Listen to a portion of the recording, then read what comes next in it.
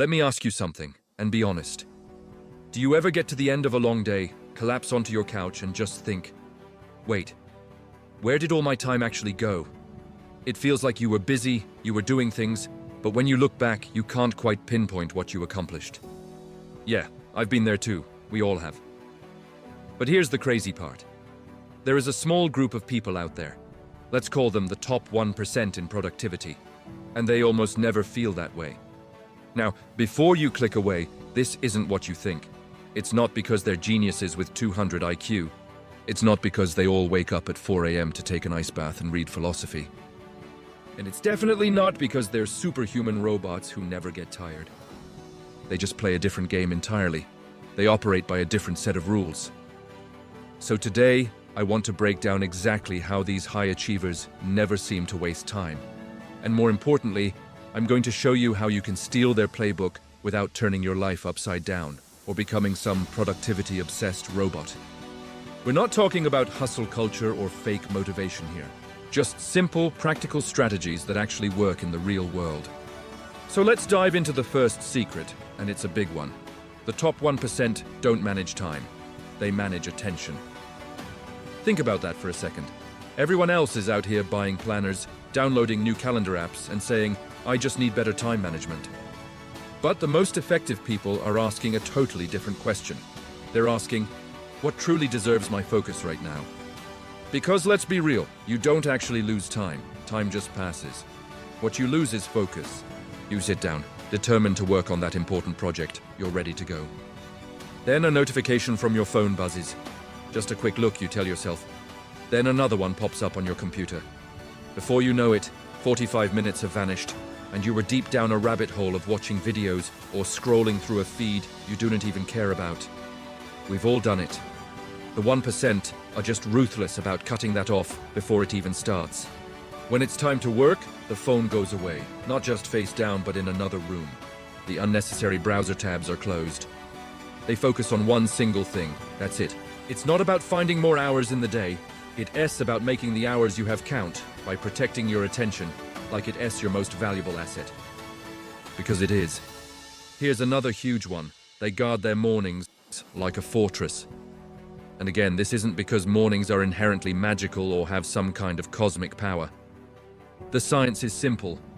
Your willpower and your cognitive energy are at their peak when you first wake up. It's like a battery that's fully charged. Throughout the day, every little decision you make, every distraction you fight off, it drains that battery. So what do most people do? They wake up and immediately start draining their battery on low-value tasks. They grab their phone and start scrolling through social media, letting the opinions and problems of others flood their brain. They check their email, allowing other people's agendas to dictate their priorities for the day. They essentially let the world decide their mood and their focus before they've even had a cup of coffee. The top 1% do the exact opposite. They understand that their morning hours are their golden hours. They start the day with their number one priority, the one task that, if completed, would make the entire day a win. Whether it's writing, coding, strategic planning, or working out, they do that first, before the world has a chance to interrupt them.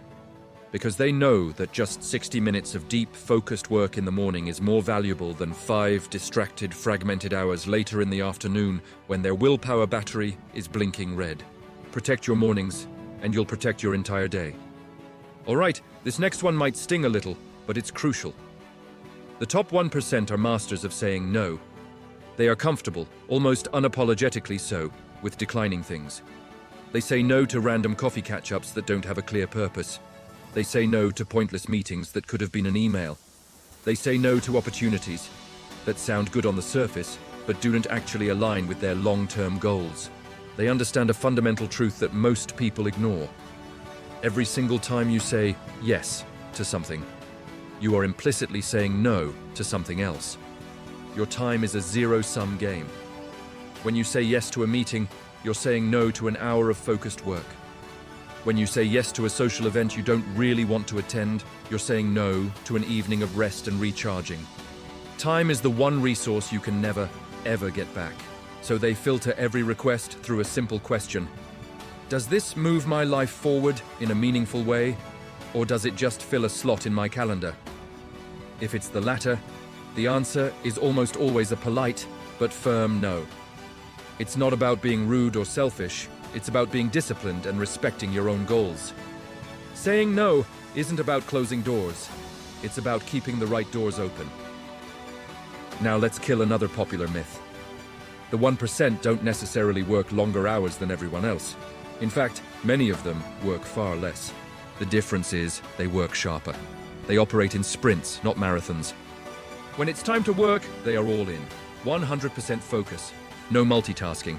No checking their phone for a second. No keeping an eye on their email inbox.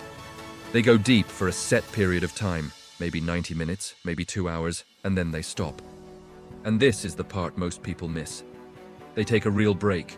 They disconnect completely. They go for a walk. They stretch. They talk to a coworker about something other than work. They do something to truly recharge. They rest on purpose. Most of us live in a state of semi-distraction all day long. We're kind of working, but we're also kind of scrolling. We're kind of in a meeting, but we're also kind of answering an email. This constant state of low-grade activity is incredibly draining and deeply inefficient. You never get the full benefit of focused work, and you never get the full benefit of restorative rest. You're just busy. Remember this, because it's so important. A burned-out person wastes more time than a lazy person. Burnout leads to mistakes, procrastination, and a complete lack of creativity. High performers avoid burnout at all costs by working in intense bursts and then deliberately recovering. Work hard, rest hard. Here's a smaller habit that has a massive impact. At the end of each day, they conduct a quick 2-minute review. They don't just shut their laptop and immediately switch to Netflix. They take a brief moment to reflect. They ask themselves 3 simple questions. What actually mattered today? What did I accomplish that moved the needle? What was a complete waste of my time and energy? And most importantly, based on that, what one thing can I fix or do differently tomorrow? That's it. It's not a complicated journaling practice. It's a simple, honest check-in. Most people are doomed to repeat the same unproductive day over and over again simply because they never pause to notice the patterns. They waste Tuesday the same way they wasted Monday. The top 1% notice. They see that the 2 p.m. meeting was a waste, so they question its existence for next week.